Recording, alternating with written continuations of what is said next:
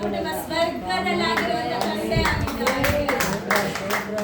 കർത്താവ് യാക്കോബിന് അങ്ങനെ ഒരു ഐഡന്റിറ്റി കൊടുത്തതിന് ശേഷം ಕರ್ತನು ಯಾಕೋಬನಿಗೆ ಆ ರೀತಿಯಲ್ಲಿ ಒಂದು ಅಧಿಕಾರವನ್ನು ಕೊಟ್ಟ ನಂತರ കർത്താവ് അവനെ നീ ഇസ്രായേലാണെന്ന് പറഞ്ഞതിന് ശേഷം ಕರ್ತನು ಯಾಕೋಬನನ್ನು ನೀನಿನ್ನು ಇಸ್ರಾಯೇಲ್ ಎಂದು ಹೇಳಿದ ನಂತರ ആ ഐഡന്റിറ്റി ചേഞ്ച് ആക്കാൻ ആർക്കും തന്നെ കഴിഞ്ഞില്ല. ಆ ಒಂದು ಅಧಿಕಾರವನ್ನು ಚೇಂಜ್ ಮಾಡುವುದಕ್ಕೆ ಯಾರಿಂದಲೂ ಸಾಧ್ಯವಿಲ್ಲ. നിങ്ങൾ ഈ ബൈബിള് വായിച്ചു നോക്കിക്കോ. യാക്കോബിനെ ദൈവം ഇസ്രായേൽ എന്ന് വിളിച്ചതിന് ശേഷം അവന്റെ പേര് ഇസ്രായേൽ എന്ന് തന്നെയാണ് ബൈബിൾ പറയുന്നത്. ಸತ್ಯವೇದದಲ್ಲಿ ನಾವು ನೋಡುವಾಗ ಯಾಕೋಬನನ್ನು ಇಸ್ರಾಯೇಲ್ ಎಂದು ಹೆಸರು ಕೊಟ್ಟ ನಂತರ ಆಗಿದೆ ಅವನು ಇಸ್ರಾಯೇಲರಿಗೆ ಮೂಲ ಪುರುಷನಾದನು ಎಂಬುದಾಗಿ.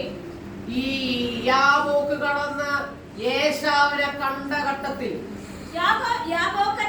ಯಾಕೋಬನು ಹೋಗಿ ಏಸಾವನನ್ನು ಕಂಡ ನಂತರ ഈ ഏശാവ് യാക്കോബിനോട് പറയുന്ന ഒരു കാര്യമുണ്ട്. ಏಸಾವು ಯಾಕೋಬನ ಜೊತೆಯಲ್ಲಿ ಹೇಳಿರುವಂತ ಒಂದು ಕಾರ್ಯವಿದೆ. നിന്നെ കർത്താവ് അനുഗ്രഹിച്ചുവല്ലോ. ಏಸಾವನ ಯಾಕೋಬನ ಜೊತೆಯಲ್ಲಿ ಹೇಳಿದರೆ ಕರ್ತನು ನಿನ್ನನ್ನು ಆಶೀರ್ವದಿಸಿದನು ಎಂಬುದಾಗಿ. ഇതെങ്ങനെ അവനറിയാം? ಇದು ಹೇಗೆ ಏಸಾವನಿಗೆ ಗೊತ್ತು? യാബോക്കിന്റെ അപ്പുറത്ത് യാക്കോബ് തനിച്ചേ ഉള്ളൂ. ಯಾಬೋಕಿನಿಗೆ ಆ ಕಡೆ ಏಸಾವನು ತನ್ನೇ ಆಗಿದ್ದನು. യാക്കോബ് ഒറ്റയ്ക്കേ ഉള്ളൂ. ಯಾಕೋಬನು ಒಬ್ಬನೇ ಆಗಿದ್ದನು. എനിക്ക് തോന്നിയ ഒരു കാര്യം പറയാം. എനിക്ക് തോന്നുക യാക്കോബ് അവന്റെ ജീവിതത്തിൽ എന്ത് അവസ്ഥ ഉണ്ടായാലും അവന്റെ ഭാര്യയായ റാഹേലിനോട് അവൻ ഷെയർ ചെയ്തിട്ടുണ്ടാകും.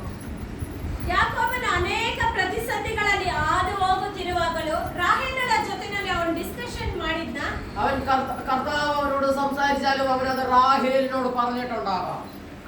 ಕರ್ತನ ಯಾಕೋಬನ ಜೊತೆಯಲ್ಲಿ ಸಂಧಿಸಿರುವುದು ಸಹ